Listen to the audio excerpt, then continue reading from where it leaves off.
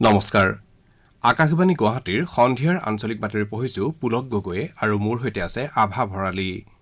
এতিয়াৰ প্ৰধান বাতৰিসমূহ হৈছে কোভিড সংক্ৰমণ বৃদ্ধিৰ সময়ত পৰ্যাপ্ত পৰিমাণে অক্সিজেন যোগান ধৰাৰ বাবে চৰকাৰ আৰু অক্সিজেন উৎপাদনকাৰীসকলৰ মাজত সমন্বয় ৰক্ষাৰ বাবে প্ৰধানমন্ত্ৰী নৰেন্দ্ৰ মোদীৰ গুৰুত্ব। ৰাজ্যখনত লকডাউনৰ পৰিস্থিতি ৰোধ কৰাৰ বাবে স্বাস্থ্য বিভাগে নিৰ্ধাৰণ কৰা নীতি নিৰ্দেশনা পালন কৰিবলৈ মুখ্যমন্ত্ৰী সৰ্বানন্দ সোণোৱালৰ আহ্বান। ৰাজ্যত বৰ্তমান ২.৫ লাখ পালিৰো অধিক কোভিড প্ৰতিষেধক মজুত আছে আৰু কাইলৈৰ ভিতৰত ২ লাখ পালি প্ৰতিষেধক লাভ কৰাৰ বাবে কেন্দ্ৰীয় চৰকাৰৰ সৈতে যোগাযোগ অব্যাহত ৰাখিছে বুলি স্বাস্থ্যমন্ত্ৰী ডঃ হিমন্ত বিশ্ব শৰ্মাৰ প্ৰকাশ। কেন্দ্ৰীয় চৰকাৰে প্ৰধানমন্ত্ৰী গৰীব কল্যাণ অন্ন যোজনাৰ অধীনত অহা দুমাহৰ বাবে দৰিদ্ৰ লোকসকলৰ বাবে বিনামূলীয়া খাদ্য সামগ্ৰীৰ যোগান।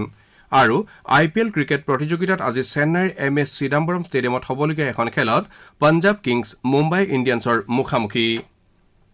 কোভিড-19ত আক্ৰান্তৰ সংখ্যা পুনৰ বৃদ্ধি পোৱাৰ পৰিপ্ৰেক্ষিতত আমি শ্ৰোতাসকলক সাৱধানতাসমূহ মানি চলিবলৈ আৰু বিনা দ্বিধাৰে প্ৰতিষেধক গ্ৰহণ কৰিবলৈ অনুৰোধ জনাইছো।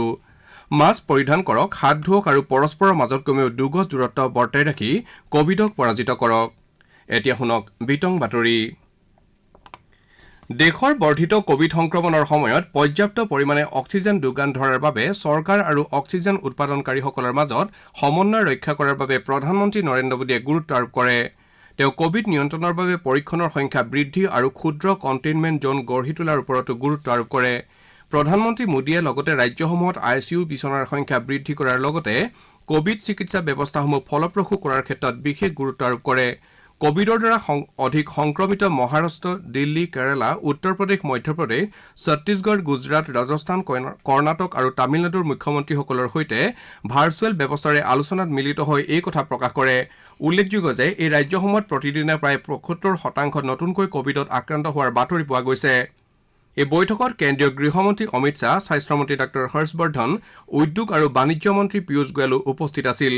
ইফালে প্ৰধানমন্ত্ৰী নৰেন্দ্ৰ মোদীয়ে আজি অক্সিজেন উৎপাদনকাৰীসকলৰ সৈতে আন এখন বৈঠকত অংশগ্ৰহণ কৰি তেওঁলোকক কেন্দ্ৰ তথা ৰাজ্য চৰকাৰে উদ্যোগ আৰু সৰবৰাহকাৰী আৰু সকলো চিকিৎসালয়ত এই মহামাৰীৰ সময়ত অক্সিজেনৰ যোগান ব্যৱস্থা ল'বলৈ আহ্বান জনায়।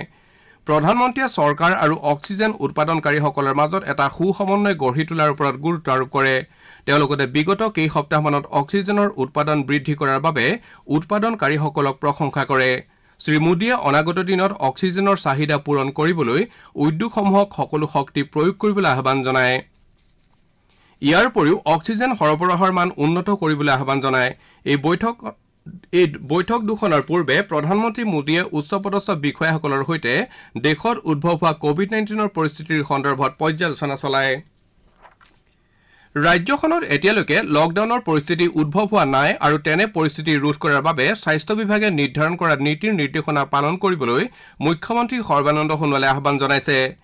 মুখ্যমন্ত্ৰী সোণোৱালে অসমৰ জনগণে যোৱাবাৰৰ দৰে এইবাৰো কোভিডৰ বিৰুদ্ধে যুঁজ দি সফলতা অৰ্জন কৰিব পাৰিব বুলি আশা প্ৰকাশ কৰে।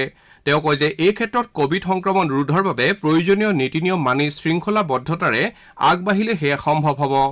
মুখ্যমন্ত্ৰী সৰ্বানন্দ সোণোৱালে আজি নগাঁও আৱৰ্ত ভৱনত অনুষ্ঠিত এক বৈঠকত নগাঁও, মৰিগাঁও আৰু হোজাই জিলাৰ কোভিড পৰিস্থিতি পৰ্যালোচনা কৰাৰ লগতে এই ক্ষেত্ৰত গ্ৰহণ কৰা ব্যৱস্থাৱলীৰ বুজ লৈ সংবাদ মাধ্যমক এই কথা প্ৰকাশ কৰে।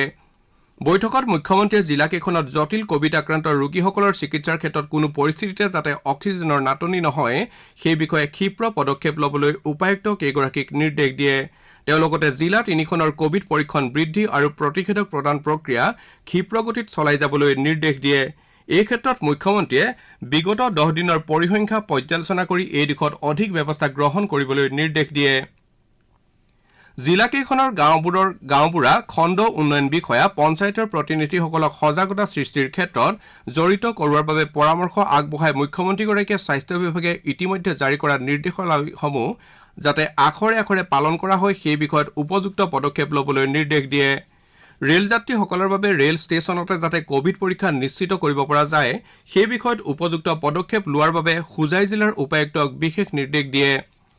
তদুপৰি বৰ্হিৰাজ্যৰ পৰা অহা ট্ৰাকবোৰৰ ড্ৰাইভাৰ, হেণ্ডিমেন আদিৰ যাতে স্বাস্থ্য পৰীক্ষা কৰোৱা হয় এই বিষয়ে যাৱতীয় ব্যৱস্থা লোৱাৰ বাবে তেওঁ নিৰ্দেশ দিয়ে। সাম্প্ৰতিক পৰিস্থিতিত কোনো অসাধু ব্যৱসায়ীয়ে যাতে অত্যাৱশ্যকীয় সামগ্ৰীৰ মূল্য বৃদ্ধি কৰিব নোৱাৰে সেই দিশত উপযুক্ত পদক্ষেপ গ্ৰহণৰ বাবেও তেওঁ নিৰ্দেশ দিয়ে। আজিৰ পৰ্যালোচনা বৈঠকত জলসম্পদ বিভাগৰ মন্ত্ৰী কেশৱ মহন্ত, স্বাস্থ্য বিভাগৰ ৰাজ্যিক মন্ত্ৰী পীযুষ হাজৰিকা, তিনিওখন জিলাৰ উপায়ুক্ত, আৰক্ষী অধীক্ষক, স্বাস্থ্য বিভাগৰ যুটীয়া সঞ্চালকসকলৰ লগতে বিভিন্ন বিভাগৰ উচ্চপদস্থ বিষয়াসকল উপস্থিত থাকে। স্বাস্থ্যমন্ত্ৰী ড হিমন্ত বিশ্ব শৰ্মাই আজি কৈছে যে ৰাজ্যত বৰ্তমান 2.5 লাখৰো অধিক কোভিড প্ৰতিষেধক মজুত আছে। কোভিড ৰোগীৰ চিকিৎসা তথা সা সুবিধাৰ বুজ লোৱাৰ উদ্দেশ্যে আজি গুৱাহাটী চিকিৎসা মহাবিদ্যালয় পৰিদৰ্শন কৰাৰ সময়ত সাংবাদিকৰ আগত ড শৰ্মাই এই কথা প্ৰকাশ কৰে। ড শৰ্মাই লগতে কয় যে ৰাজ্য চৰকাৰে কাইলৈৰ ভিতৰত 2 লাখ পালি প্ৰতিষেধক লাভ কৰাৰ বাবে কেন্দ্ৰীয় চৰকাৰৰ সৈতে যোগাযোগ অব্যাহত ৰাখিছে। ইয়াৰে 1 লাখ পালি প্ৰতিষেধক আজি নিশাৰ ভিতৰত লাভ কৰাৰ সম্ভাৱনা আছে। উল্লেখযোগ্য যে কেন্দ্ৰীয় চৰকাৰৰ নিৰ্দেশ মৰ্মে অসমতো 45 বছৰৰ ঊৰ্ধৰ ব্যক্তিক প্ৰতিষেধক প্ৰদান কৰি থকা হৈছে। ৰাজ্যত বিগত কেইঘণ্টামানলৈকে 18,91,527 গৰাকী ব্যক্তিক প্ৰতিষেধক প্ৰদান কৰা হৈছে। ইয়াৰে 15,03,414 গৰাকী ব্যক্তিক প্ৰথম পালি আৰু 3,88,113 গৰাকীক দ্বিতীয় পালি প্ৰতিষেধক প্ৰদান কৰা হৈছে। ৰাজ্যত কালি 68,132 গৰাকী লোকক প্ৰতিষেধক প্ৰদান কৰা হয়। ইফালে ৰাজ্যত অহা 1 মেৰ পৰা 18 বছৰ ঊৰ্ধৰ লোকসকলকো কোভিড প্ৰতিষেধক প্ৰদানৰ ব্যৱস্থা কৰা হৈছে। ৰাজ্যত কোভিড আক্ৰান্তৰ সংখ্যা বৃদ্ধি পোৱাৰ প্ৰতি লক্ষ্য ৰাখি ৰাজ্যৰ স্বাস্থ্য বিভাগে তৎপৰতাৰে কাম কাজ অব্যাহত ৰাখিছে। কোভিড ৰোগীৰ চিকিৎসাৰ বাবে গুৱাহাটী আৰু ইয়াৰ সমীপৱৰ্তী স্থানত স্থাপন কৰা কেইবাখনো কোভিড কেয়াৰ চেণ্টাৰ আজি স্বাস্থ্যমন্ত্ৰী ড হিমন্ত বিশ্ব শৰ্মাই পৰিদৰ্শন কৰে। গুৱাহাটীৰ সৰহোজাই ক্ৰীড়া প্ৰকল্পত 400 বিচনাযুক্ত এনে চেণ্টাৰ সাজু কৰি তোলা হৈছে। স্বাস্থ্যমন্ত্ৰী ড শৰ্মাই আজি এই কেন্দ্ৰ পৰিদৰ্শন কৰে। ইয়াৰ উপৰিও ড শৰ্মাই খানাপাৰা ফিল্ডত 200খন ICU বিচনাসহ 750খন বিচনাৰ এখন অস্থায়ী চিকিৎসালয় স্থাপনৰ কামৰ অগ্ৰগতিৰ বুজ লয়। তেওঁ লগতে গুৱাহাটীৰ সমীপৰ আজাৰাৰ কাহিকুছিৰ 255খন বিচনাযুক্ত কোভিড চেণ্টাৰ স্থাপনৰ কামৰ অগ্ৰগতিৰ বুজ লয়। স্বাস্থ্যমন্ত্ৰীগৰাকীয়ে সাংবাদিকৰ আগত জানিবলৈ দিয়া মতে ৰাজ্যত পৰৱৰ্তী কেইদিনমানৰ ভিতৰত 1,500ৰো অধিক বিচনা কোভিড ৰোগীৰ বাবে সাজু কৰি তোলা হ'ব। দেশৰ 18 বছৰ ঊৰ্ধৰ সকলো লোককে অহা 1 মেৰ পৰা কৰোনা ভাইৰাছৰ প্ৰতিষেধক প্ৰদান কৰা হ'ব। প্ৰতিষেধক গ্ৰহণ কৰিবলগীয়া লোকসকলে অহা 28 এপ্ৰিলৰ পৰা আৰোগ্য সেতু এপ আৰু কো-উইনত নাম পঞ্জীয়ন কৰিব পাৰিব। উল্লেখযোগ্য যে কেন্দ্ৰীয় চৰকাৰে ইয়াৰ অধীনৰ কাৰ্যালয়সমূহ এতিয়ালৈকে প্ৰতিষেধক গ্ৰহণ নকৰা সকলো কৰ্মচাৰীক অহা 1 মেৰ পৰা ৰূপায়ণ হ'বলগীয়া 18 বছৰৰ ঊৰ্ধৰ লোকক প্ৰতিষেধক প্ৰদান কাৰ্যসূচীৰ অধীনত প্ৰতিষেধক গ্ৰহণ কৰিবলৈ আহ্বান জনাইছে। কোভিডৰ বৰ্ধিত সংক্ৰমণ ৰোধ কৰাৰ বাবে আৰু লকডাউন তথা কোভিড সান্ধ্য আইনৰ সম্ভাৱনা এৰাই চলিবৰ বাবে কোভিড সংক্ৰান্তীয় নীতি নিয়মসমূহ গুৰুত্ব সহকাৰে পালন কৰাৰ বাবে ৰাজ্যৰ স্বাস্থ্য বিভাগে আহ্বান জনাইছে। কোভিড পৰীক্ষাৰ বাবে শংকিত নহৈ কোভিডৰ চৰ্দি, জ্বৰ বা কাহ, উশাহ লোৱাৰ কষ্ট আদি যিকোনো লক্ষণে দেখা দিলে ততালিকে পৰীক্ষা কৰাবলৈকো আহ্বান জনাইছে। তদুপৰি কোভিডৰ সংক্ৰমণ বৃদ্ধি পোৱাৰ পৰিপ্ৰেক্ষিতত প্লাজমা অতিকে প্ৰয়োজন বুলি প্ৰকাশ কৰি সকলো উপযুক্ত ব্যক্তিক প্লাজমা দানৰ বাবে আগবাঢ়ি আহিবলৈ অনুৰোধ জনাইছে। ইফালে কোভিডৰ ক্ষেত্ৰত শংকিত নহৈ মানসিকভাৱে সবল হ'বলৈ আৰু স্বাস্থ্য বিভাগৰ নীতি নিয়ম পালন কৰিবলৈ আহ্বান জনাই শ্ৰীমন্ত শংকৰদেৱ চিকিৎসা বিশ্ববিদ্যালয়ৰ অৱসৰপ্ৰাপ্ত উপাচাৰ্য ড উমেশ শৰ্মাই এইদৰে কয়। ভগৱান শ্ৰীকৃষ্ণই মানসিকভাৱে ভাগি পৰা অৰ্জুনক উপদেশ দি মানসিকভাৱে সবল কৰিছিল। এতিয়া কৰোনা মহামাৰীৰ সময়ত মানসিকভাৱে আমি ভাগি পৰা স্বাভাৱিক, কিন্তু এই পৰিস্থিতিৰ মাজতো আমি অৰ্জুনৰ দৰে নিজকে মানসিকভাৱে সবল কৰিব লাগিব। মনটো বৰ আচৰিত, ক'ত আছে চিনিব নোৱাৰি, কিন্তু মনটো নিয়ন্ত্ৰণ কৰিব পৰা শক্তি আমাৰ নিজৰ হাতত আছে। বৰ্তমান পৰিস্থিতিত মানসিক স্বাস্থ্য সবল কৰিবৰ কাৰণে আমি উৎসাহী সৎসংগৰ লগ ল'ব লাগে, ভাল কিতাপ পঢ়িব লাগে, সৎ চিন্তা কৰিব লাগে, নিচাযুক্ত দ্ৰব্য সেৱনৰ পৰা আঁতৰি থাকিব লাগে। বজাৰত পোৱা ভাল পোৱা চব্জি এবিধ বেছিকৈ নাখায় সকলো চব্জিৰে আঞ্জা খাব লাগে, কিয়নো শৰীৰৰ বাবে দৰকাৰী ইমিউনিটি শক্তিশালী কৰিব পৰা উপাদানসমূহ শাক চব্জিত পোৱা যায়। ইয়াৰোপৰি vitamin C, vitamin D, vitamin E, zinc আদি এণ্টিঅক্সিডেণ্ট খাব লাগে। ধ্যান অৰ্থাৎ মেডিটেশ্যন, প্ৰাণায়াম, ডিপ ব্ৰিডিং, খোজ কঢ়া আৰু ব্যায়াম আদি কৰি মানসিক স্বাস্থ্য সবল কৰি ৰাখিব পাৰি। নিয়মিত ভাল টোপনি অতি দৰকাৰ। মানসিক স্বাস্থ্য সবল কৰাৰ উপৰিও আমি COVID-19 প্ৰটোকল মতে প্ৰতিৰোধক ব্যৱস্থাসমূহ মানি চলিব লাগিব। পৰৱৰ্তী বাতৰি শুনক আভা ভৰালীৰ পৰা। আপোনালোকে আঞ্চলিক বাতৰি শুনিছে আকাশবাণী গুৱাহাটী কেন্দ্ৰৰ পৰা। শ্ৰোতাসকলে এই বাতৰি আমাৰ YouTube channel AIR news Guwahati অথবা নিউজ অন AIR এপ যোগেও শুনিব পাৰিব। কেন্দ্ৰীয় চৰকাৰে প্ৰধানমন্ত্ৰী গৰীব কল্যাণ অন্ন যোজনাৰ অধীনত অহা 2 মাহৰ বাবে দৰিদ্ৰ লোকসকলৰ বাবে বিনামূলীয়া খাদ্য সামগ্ৰী যোগান ধৰিব। এই আঁচনিৰ অধীনত অহা মে আৰু জুন মাহত দৰিদ্ৰ লোকসকলৰ 5 কিলোগ্ৰামকৈ বিনামূলীয়া খাদ্য সামগ্ৰী যোগান ধৰিব। অহা 26 এপ্ৰিলত অনুষ্ঠিত হ'বলগীয়া পশ্চিমবংগ বিধানসভা নিৰ্বাচনৰ 7ম পৰ্যায়ৰ নিৰ্বাচনী প্ৰচাৰৰ আজি সন্ধিয়া সামৰণি পৰে। 7ম পৰ্যায়ৰ নিৰ্বাচনত ৰাজ্যখনৰ 5খন জিলাৰ 34খন আসনত 268 গৰাকী প্ৰাৰ্থীয়ে প্ৰতিদ্বন্দ্বিতা আগবঢ়াইছে। ইয়াৰ ভিতৰত 37 গৰাকী মহিলা। এই পৰ্যায়ত ভোটগ্ৰহণ হ'বলগীয়া শমশেৰগঞ্জ আৰু জাংগীপুৰ বিধানসভা আসন দুখনৰ প্ৰাৰ্থীৰ মৃত্যু হোৱাত সমষ্টি দুটাত নিৰ্বাচন স্থগিত ৰাখিছে। উল্লেখযোগ্য যে 7ম পৰ্যায়ৰ ভোটগ্ৰহণত 81,88,000তকৈ অধিক ভোটদাতাই ভোটাধিকাৰ সাব্যস্ত কৰিব। ইয়াৰ ভিতৰত 39,87,000 মহিলা ভোটাৰ। এই নিৰ্বাচনৰ বাবে 11,377টা ভোটগ্ৰহণ কেন্দ্ৰ স্থাপন কৰা হৈছে। শাসনাধিষ্ঠ তৃণমূল কংগ্ৰেছ আৰু ভাৰতীয় জনতা পাৰ্টীয়ে 34খন আসনত প্ৰতিদ্বন্দ্বিতা আগবঢ়াইছে। উল্লেখযোগ্য যে কোভিড-19ৰ পৰিপ্ৰেক্ষিতত পশ্চিমবংগৰ সকলো মুখ্য ৰাজনৈতিক দলে বৃহৎ সমদল আৰু জনসভা অনুষ্ঠিত নকৰাৰ বাবে সিদ্ধান্ত গ্ৰহণ কৰিছে। ইফালে নিৰ্বাচন আয়োগে সকলো ধৰণৰ ৰোড শ্ব', পদযাত্ৰা, মটৰগাড়ী ৰেলী আদি আয়োজন কৰাৰ ক্ষেত্ৰত প্ৰতিবন্ধকতা আৰোপ কৰাৰ লগতে নিৰ্বাচনী জনসভাত 500তকৈও অধিক লোক উপস্থিত থকাত নিষেধাজ্ঞা আৰোপ কৰিছে। তেনে অৱস্থাত আজি প্ৰধানমন্ত্ৰী নৰেন্দ্ৰ মোদীয়ে ভাৰ্চুৱেল ব্যৱস্থাৰে মালদা, মুৰ্ছিদাবাদ, বীৰভূম জিলাৰ লগতে ৰাজধানী কলকাতাৰ জনসাধাৰণক সম্বোধন কৰে। ৰাজ্যখনৰ মুখ্যমন্ত্ৰী মমতা বেনাৰ্জীয়েও ইতিমধ্যে সকলো নিৰ্ধাৰিত জনসভা বাতিল কৰি নিৰ্বাচনৰ অন্তিম 2টা পৰ্যায়ত জনসাধাৰণৰ সৈতে ভাৰ্চুৱেল ব্যৱস্থাৰে সম্পৰ্ক ৰক্ষা কৰিব বুলি প্ৰকাশ কৰে।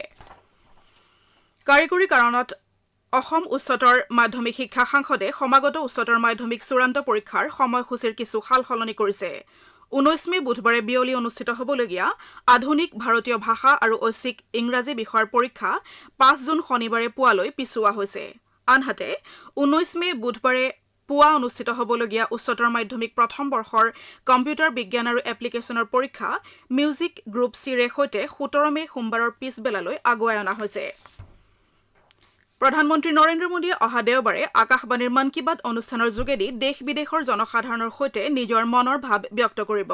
এয়া হ'ব মন কী বাত অনুষ্ঠানৰ 74 সংখ্যক খণ্ড।